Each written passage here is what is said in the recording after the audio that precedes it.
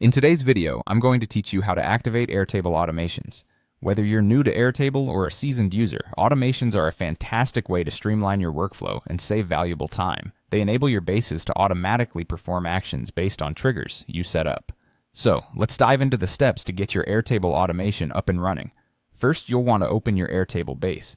This is the foundation for everything we'll be doing today. Once you have your desired base open, you'll spot a tab at the top of your screen labeled Automations. Simply click on this. It's like opening a new door to a world of possibilities, allowing you to automate repetitive tasks with ease. Next, you'll need to either create a new automation or, if you already have something in mind, open an existing one. If you're starting from scratch, just click on Create Automation. This step is crucial as it sets the stage for the specific processes and automation rules you'll be implementing. If you already have an existing automation that you want to tweak or test, just go ahead and open it.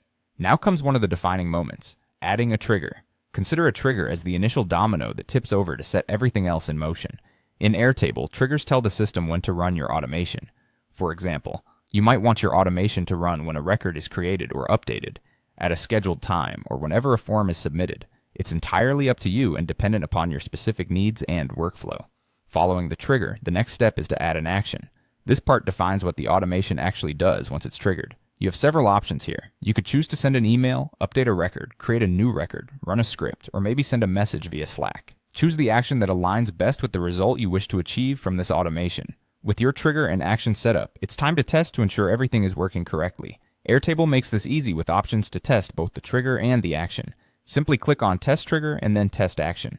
This is an essential step because it allows you to preview the automation in action and confirm that it performs exactly as intended, without any hitches.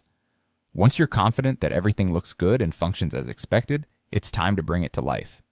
At the top right of your screen, you'll see a toggle switch, which is currently set to off. Go ahead and switch it on. With this simple flick, your automation becomes active. And just like that, your Airtable automation is now fully operational, ready to improve your productivity and keep your workflow running smoothly.